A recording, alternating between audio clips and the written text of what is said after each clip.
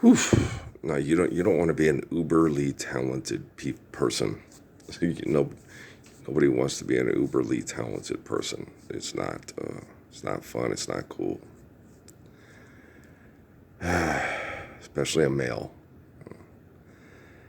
Females, no, you still don't want to be uberly talented. You'll act like fucking me and Isaac and Caleb. You'll be like, what's his name? And he's not uberly talented. He's got talents that will make money. What was the man's name? Maurice White. Maurice White. Yeah. Very talented person. You know, talented musician, talented songwriter, talented singer. You know, so he could do a lot of things that make money, and give people money, and it makes them feel important, right? So yeah, he was a very good songwriter, very good singer, very good composer. He had a lot of talents musically that can make lots of money. Okay. Um, I've never tried to write songs, man. Never thought about it. I never really wanted to. I enjoyed other people's music too much, and it was so subjective and so competitive that I just no, I was repeat. You know me, I'm not a competitive person, so when people get competitive, like debating and stuff like I find it repugnant because it's condescending and abrasive and abusive, and it's like, okay, what did the Lord say? Forgive, don't trespass, love one eternal, faithful, faithful. All right, the debate's over. Bye. Go home. Love you. Yay. Sun is shining. There's plenty of light. Ooh, doo, doo. Every day. But after I've been up crying all night, the sun is gold and the new day seems old since I lost my baby. Right? And so you're like, debate's over. Let's go love. Right? And I know most talented people, life's eternal, grace is infinite. And they want the world to be a better place. And most talented people. Prince Rogers Nelson, William Smokey Robinson, even Jackie Wilson. Okay. Jackie Wilson did extremist things and died young. Yeah, I think like Freddie Prinze, I think they know, it's not going to last. It's not going to last. It's not going to last.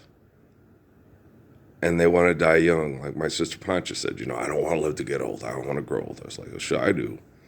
I love the book of Malachi. Moses, yeah, I want to get so fucking old. It's like, hey, I just farted dust. You guys see that? Everybody, hey, man, hey. I want to get, because it's hard for people like me to get old. They hunt us down and try to assassinate us.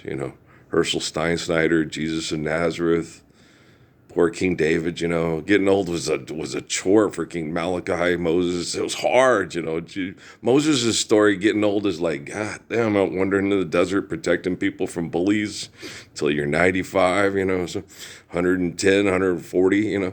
So people like me is like, God damn, this getting old shit is hard, bro. This is hard. And growing old should be something special, like Book of Malachi. I like Malachi. It was at a good time. And they were sustaining themselves faithfully through loving one another, and it was passing it on. Like when I talked to the kiddos at Walmart. And me and Isaac and Caleb had a real good discussion. Isaac, I think it's Isaac.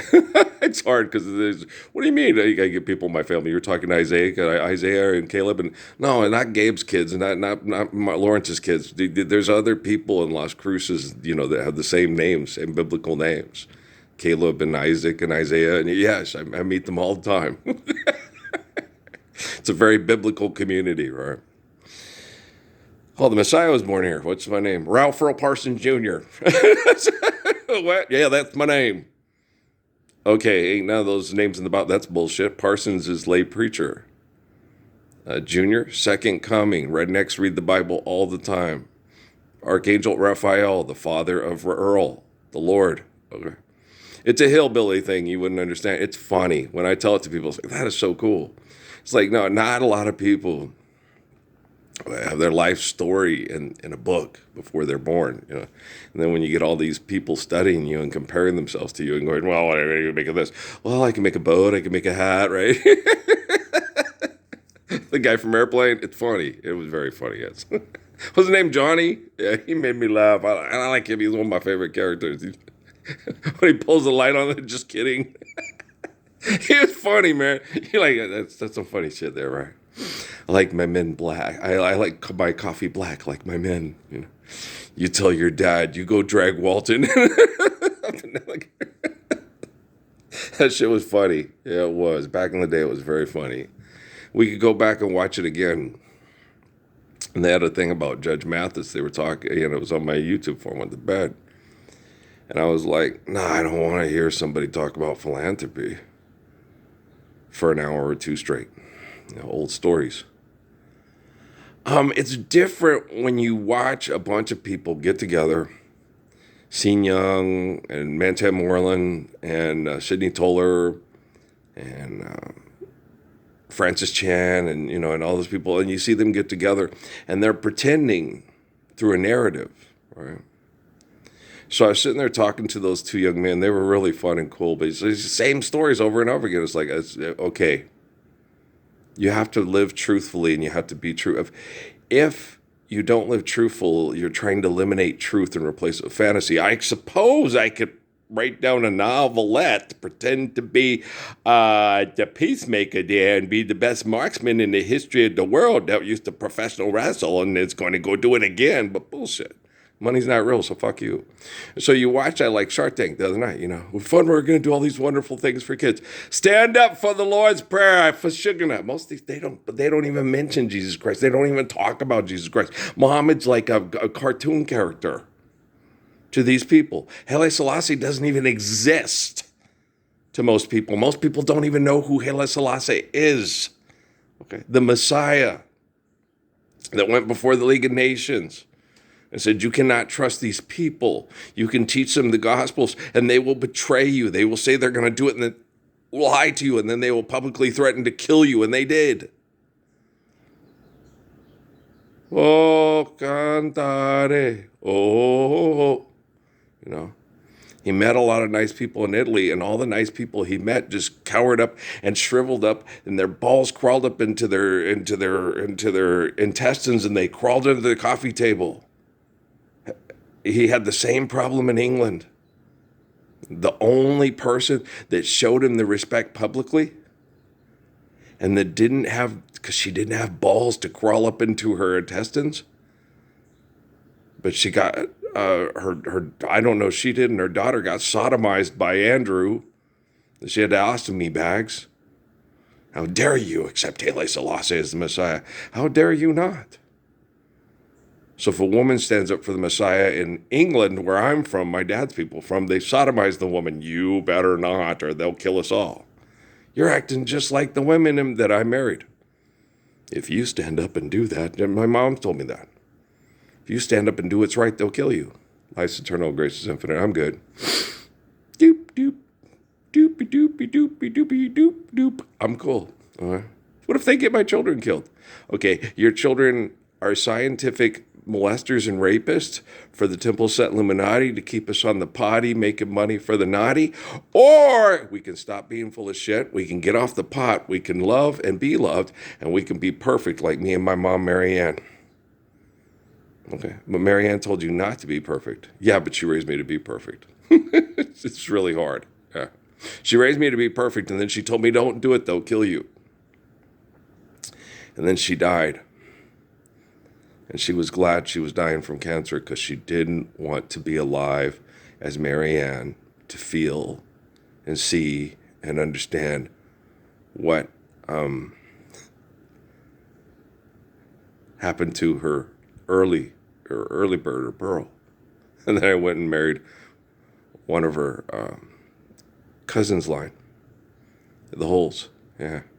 And my sister Val said, you married Amy because she's like Mom. I said, no, not really. It wasn't that. She didn't remind me. She does remind me of Mom in a lot of ways. Oh God, yeah.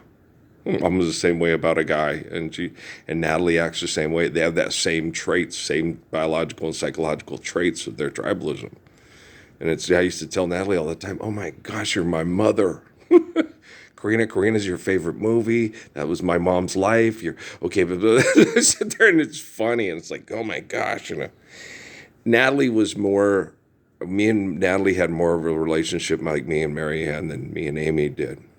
Amy, I got the one where Mom, could you give me a ride from work? No, I'm waiting for Richard Brown to get. Fuck Richard Brown. He's lying to me. He says that he was attracted to Patrice and he'd want to sleep with Patrice if we were together. It's like, Patrice is going to move out. So, he's just, he's not a well person, Mom. I liked Richard, but he at least he can admit he's not a well person. So just be thankful of that. When they explain to you stuff like that, I was like, if my exes would have told me that shit before we got married and had kids, I would have been eternally grateful. But what happened? Jesus told me I had to marry him anyway.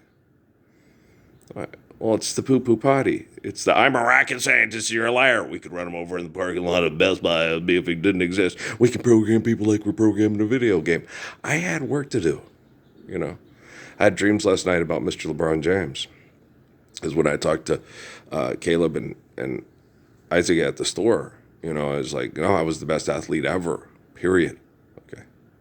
Whenever I needed to, I could run faster and jump higher than any person ever that they've had recorded in my generation or, before recording, since they had physical recordings and scientific evidence collections of saying, here's the record, I'm sure if they did, David would have had similar, a lot of other, Haile Selassie, when he was young, would have had, oh my gosh, yeah, he jumped over two horses right there. And then, because he had to.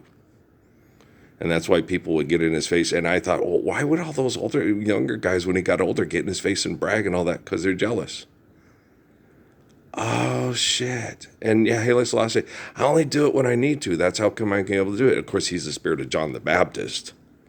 Okay. But then you got to understand, like me and Caleb and Isaiah, I'm the spirit of Yahweh, David, Jesus. I didn't turn John the Baptist into a god. Billions of people don't pray to the spirit of John the Baptist for salvation and protection from the devil. Or, when I tell those stories, no, LeBron James wouldn't have blocked my shot to win the game. Is no. Okay. No. And it would have been simple. It wouldn't have been spectacular. It would have been this really, and they'd be like, oh, that little sucker snuck it in again. But if I had to, and it got to a point in the games where, okay, we got to win this. We got to pay so-and-so's bills to pay the hospital bills. And then what happened? And Earl just, posterized him. And it would have been energy from him, too, because I'd have gone over him. And then his energy would have propelled me over him, and I would have been like 4 feet in the air, flying up the thing and just hanging onto the rim like Ian taught me, Ian and Bobby, the two guys from the D.C. area, should have hung on to the rim and kicked them, and because they grew up in D.C. I grew up in the New Mexico, which is probably just worse, genocidal and warfare and all that, but it's not the bureaucracy. It's not the people that do it to maintain an unnecessary action hero. I was raised with the poor people, Guantanamera, that just want to love and be loved in Mesilla. The older people that get past beating up the white kids, and he's a good boy. He's poor just like us. His dad's a plumber. His mom loves all of us. His mom's a sweetheart, right? The kids, all they see red because they're told that by the young people. Fight, kill, they're the enemy. Then they get older and they learn, like the little old couple at the restaurant in Santa Fe with me and Amy. A good-hearted woman, love of a good time and man. Actually, it's the exact opposite, but I'll play along. Oh, yeah. It's like, no, she still fucks around. I would never say that. No. Then when I did say it, everybody's like, why do you say that? I'm the most surveyed person in the world, and you want me to kill the truth so we can give everybody comic books so you can get money on the Shark Tank to pay people's bills instead of believe Jesus is a spirit of a living man. Oh, son of a bitch. We suck again. We'll talk later today. I love you, right? Okay, so just hang in there. I only have one life to live. I'm not going to make one up for money for your entertainment so we can all sit there and say, hi, I'm Sidney Toller. How are you? And that's Warner Oland. And that is Peter Lorre. Okay, I love you.